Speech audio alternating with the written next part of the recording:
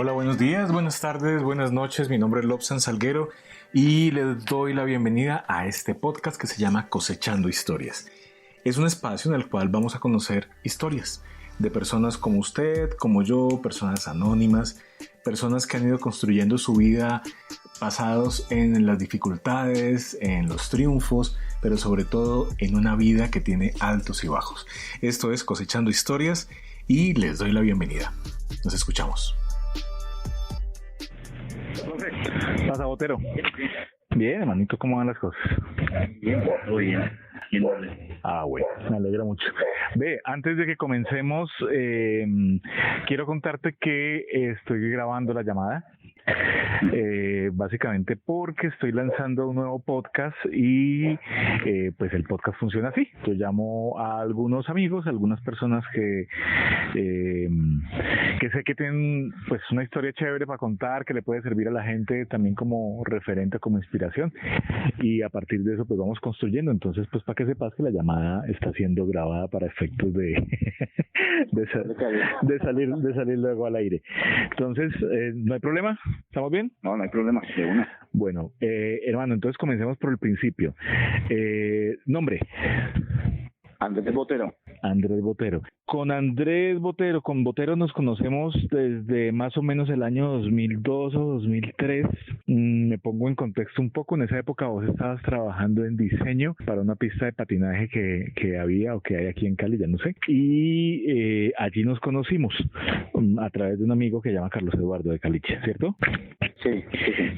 Yo recuerdo que en esa época vos arrancaste, estabas muy pollo, pues estamos hablando que fue hace 17 años, y yo recuerdo que en esa época a mí, cuando te presentaron, me dijeron, es que este es el man que salía en los cuadernos, y el man que no sé qué, y qué tal. Entonces, ¿por qué no me recordás un poquito de tu historia, del tema de esos cuadernos, y cómo llegaste a salir, o sea, cómo sale uno en la portada de los cuadernos, mejor dicho? Tema largo, chévere. Una historia chévere. Toda mi juventud yo fui deportista, pero me fui por la parte del patinaje extremo, sí. Patinaje agresivo, de rampas y todo esto. En eso estuve, toda mi juventud. Fui campeón nacional 4 años seguidos. En Colombia, campeón nacional por Colombia. Sí, ajá. En Colombia, sí. A mí me patrocinó varios años la marca Ronces y Caliano de patines. Sí. Y con ellos viajamos a Perú. Hicimos un tour también por Colombia con varias marcas, una marca alpina y otras marcas. Y a raíz de eso, entonces, pues, digamos que tuve un nombre dentro de ese gremio del patinaje y los deportes extremos. Ajá. ¿Hasta qué año fue esto, Andrés? Profe, no recuerdo exactamente, pero ya hace bastante. Lo que pasa es que yo no frené del todo. Ajá. Sino paulatinamente, poco a poco. Por ejemplo, el tema de los cuadernos fue como un año después de yo parar. Me llamaron de Norma, que iban a sacar una línea de cuadernos con fotos de deportes extremos y todo esto. Pues yo podía saltar. Yo me acuerdo que yo hace como un año no patinaba. Ajá. Y bueno, tomamos las fotos, salió chéverísimo. Todavía tengo cuadernos de esos. Ve, y la salida tuya del patinaje, ¿por qué se da? Si era una cosa que te llenaba tanto. El tema del deporte aquí, de ese deporte en especial, aquí en Colombia en esa época, no era muy bien visto, primero que todo, y segundo, no tenía apoyo. La única pista profesional, digamos, que existía era esa pista de patinaje, no sé si lo puedo decir aquí. Sí, donde los Meris, sí. Uh-huh. Ella apoyó ese deporte y todo eso en su momento, pero cuando quitaron esa pista ya el tema murió. Ya no había donde practicar, donde entrenar, ya las rampas que habían eran hechas por alguien X y era algo muy sin apoyo, mejor dicho. Yo también en esta época traté de seguir el tema de practicarlo en otra parte, en Estados Unidos, que allá sí es un poco más profesional el asunto, pero no pude viajar y bueno, entonces ahí ya murió el tema del patinaje. Vení, y cuando me estabas contando que no era muy bien visto, pues como para contextualizar la cosa un poco, ¿tu familia en ese momento cómo era? ¿Por quién estaba conformada? ¿Con quién vives vos? No, yo llegué acá casi que solo, viviendo solo. ¿De dónde? Yo viví de Bogotá. Ok. No sé si te acordás de Rock and Roller. Recuerdo que alguna vez lo mencionaste, pero yo nunca lo conocí. Rock and Roller quedaba ahí en la Paso Ancho como con 80 más o menos, donde queda la Olímpica hoy en día. Sí. Era una de las primeras pistas de patinaje que Carlos Eduardo era el administrador, Caliche. Sí. Era uno de los administradores ahí, creo que era socio también. Yo llegué a vivir ahí, yo viví ahí bastante tiempito. En Rock and Roller. Sí, en Rock and Roller, yo dormía ahí de vez en cuando, ¿no? Dormía ahí. Digamos que esa pista de patinaje apoyó muchísimo el deporte y Caliche apoyó muchísimo el deporte porque ahí vivían bastantes personas. Se quedan a vivir en la pista de patinaje. Sí, porque arriba había como un apartamento. Tenían ellos organizados, con camas, con todo. Ah, qué bacano eso.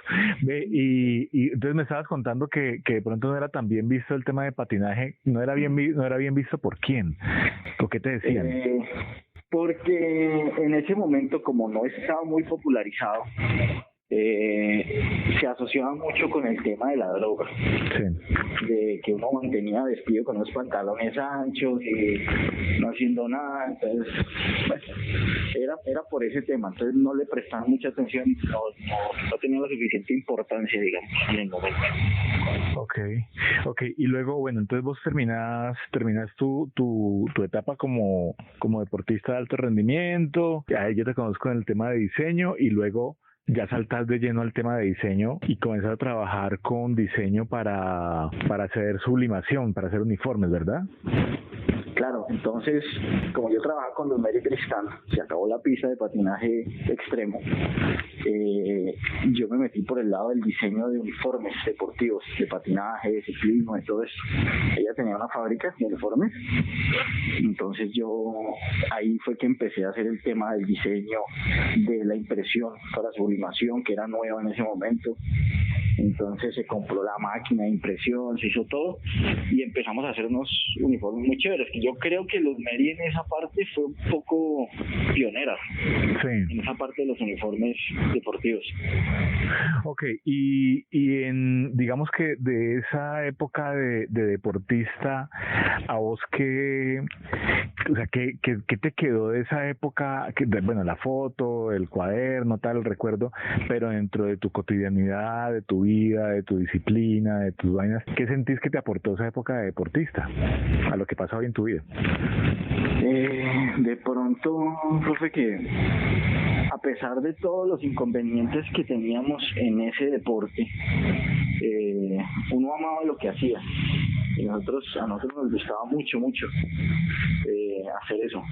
Y digamos que siempre peleamos por eso. Esa pista de Mary Tristán fue, digamos, la culminación también de insistir, hasta que la hicieron.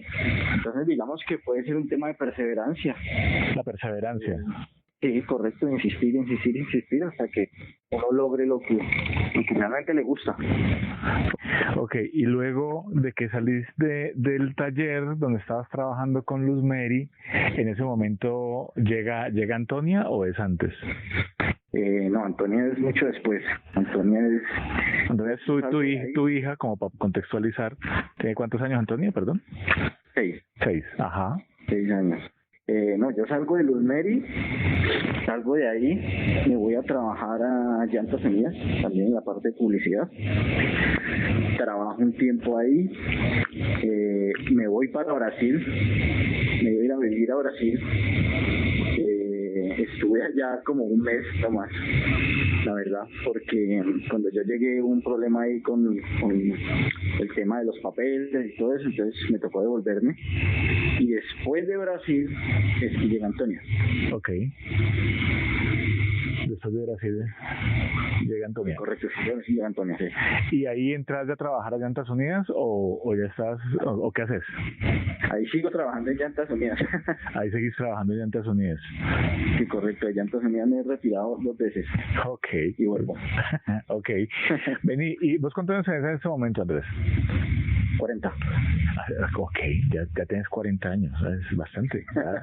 Ok, y cuando uno a los 40 años mira para atrás y mira las cosas que ha hecho y mira a su hija y mira los proyectos, la empresa y tal, ¿vos sentís que ese momento en que vos abandonás el deporte o que te das cuenta que definitivamente no va más, porque digamos que aparece como un momento de verdad, si vos pudieras haber continuado en el deporte, ¿pensás que tu vida en ese momento sería diferente? ¿Te has imaginado eso? ¿Lo has pensado alguna vez? Sí, claro, totalmente diferente. Pero diferente, es una pregunta difícil en cuarentena, ¿no? Sí, además porque hay mucho para pensar, pues. Hubiese sido diferente, si algo hubiera hecho yo diferente es seguir tratando de continuar con mi deporte, pero en otra parte, en otro país, la verdad, porque tiene un perfil un poco más profesional y digamos también la parte económica es mucho mejor en otra parte para este deporte. Ajá. Entonces, si algo de lo que yo hubiese querido seguir haciendo es insistir en eso. Okay. Continuar mi deporte en otra parte. O sea, ¿vos pensás que el deporte definitivamente, si hubiera seguido con ese deporte, tu vida en este momento sería otra? Totalmente diferente, sí. ¿Y has pensado, por ejemplo, en Antonia, en meterla en algún tema de deporte, o eso se hereda, o qué sentís frente a eso? Antonia está que se tira de paracaídas. Ok. No, a Antonia, mira, le gusta mucho ese tema como de tomar riesgos, de todo eso. Yo no sé si eso se hereda o no, pero me ha parecido chévere el tema. Yo la tenía en patinaje hasta hace poco. Sí. Pienso seguir yo enseñándole su tema, apenas podamos retomar. Pero también Anto tiene mucho gusto por la música. Okay. Me encanta cantar y todo eso, entonces también voy a patrocinarle un poco esa parte. Ok, y entonces digamos que de esos momentos que han sido momentos duros, pues de todas maneras la salida del deporte, luego que todo el tema de la pista se viniera al piso, pues porque la pista la cierran, que no se haya dado lo de Brasil, ahora pues que estás con digamos con un rol diferente, que es un rol de padre, mucho más estable, tal. ¿Qué ha sido lo que en esos momentos de cambio te ha dado como fuerza o como luz, o a qué te pegas para poder tomar esas decisiones que has tomado en su momento que sentís que te han cambiado la vida? Bueno, no sé, la verdad, creería que es algo que va como en la personalidad de no dejarse ganar por las circunstancias y por las malas condiciones. Desde que está Antonia, obviamente ese es un gran aliciente, hacer las cosas por ella, pero antes creería yo que es un tema de personalidad, de bueno, vamos a salir de esta y como hemos salido de muchas y hagámosle, adelante.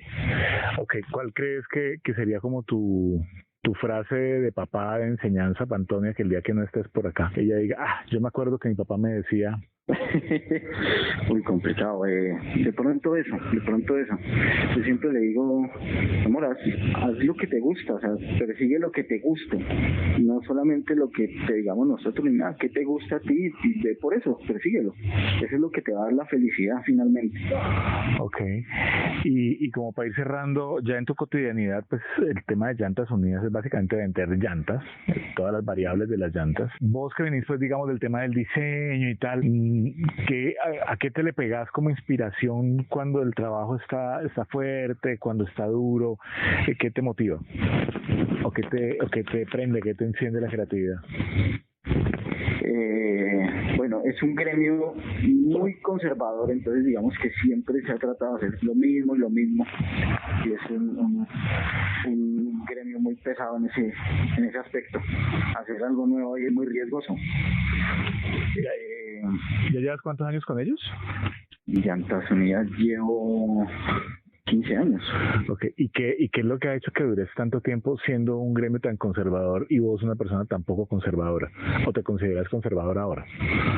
No. Mira que en Llantas Unidas es algo chévere y es algo que nos enorgullece. De pronto hemos roto muchos paradigmas en cuanto a lo que se venía haciendo de publicidad de llantas. En marcas, en todo eso. No solamente como en publicidad masiva, sino al distribuidor, a la relación que se tiene con los almacenes, con los distribuidores, con las cadenas de supermercados, todo eso. Hemos avanzado bastante en ese tema. Yo creo que Llantas Unidas es una empresa que lleva 28 años en el mercado, pero siempre se ha caracterizado por escuchar a la gente, al distribuidor, qué necesita, qué quiere, y de ahí partimos nosotros para apoyarlo con algo nuevo, algo diferente. Pensaría yo que es una de las cosas que nos diferencia y nos da fuerza en esta parte. Ok, y digamos como factor tuyo personal, ¿qué ha hecho que dures 15 años en esa empresa? ¿Qué ha hecho que dure tanto en esa empresa? Cariño. No, me encanta el tema de los carros. Sí. Todo lo de los carros siempre me ha gustado. Y pues he encontrado ahí cómo aplicar lo que me gusta hacer, sí, publicidad, de diseño, de todo esto, con mi otra pasión que son los vehículos. Entonces digamos que es eso, puede ser eso. Ok, está muy bien. Andrés, ¿cómo te encuentran en Instagram para que vean un poco de tus fotos y un poco de lo que haces? Mi Instagram es mi hija. Okay. Es @mono _botero. Okay. ¿Y en Facebook cómo te encuentran? Andrés Botero. Perfecto. Andrés Botero, sí. Bueno, Andresito, pues hermano, te agradezco mucho. Esta era la idea y bueno, este es un podcast que se llama Cosechando Historias y este es el segundo episodio. Entonces ya te contaré apenas lo tenga al aire para que lo puedas rastrear y bueno, ahí te etiquetaré para que lo puedas escuchar también. Te agradezco mucho, maestro. Que tengas buena noche. Este fue el primer episodio de Cosechando Historias, un podcast que cuenta la vida de personas del común, personas anónimas como usted o como yo. Le invito a que comparta este podcast con alguien que usted considere que le pueda servir la historia que nos acaban de contar. Y bueno, pues nos seguimos escuchando. Muchas gracias. Mi nombre es Lobsan Salguero. Me encuentra en redes sociales, en Instagram específicamente como @Lobsang, que es LOBSANG. Y bueno, nos escuchamos. Chao.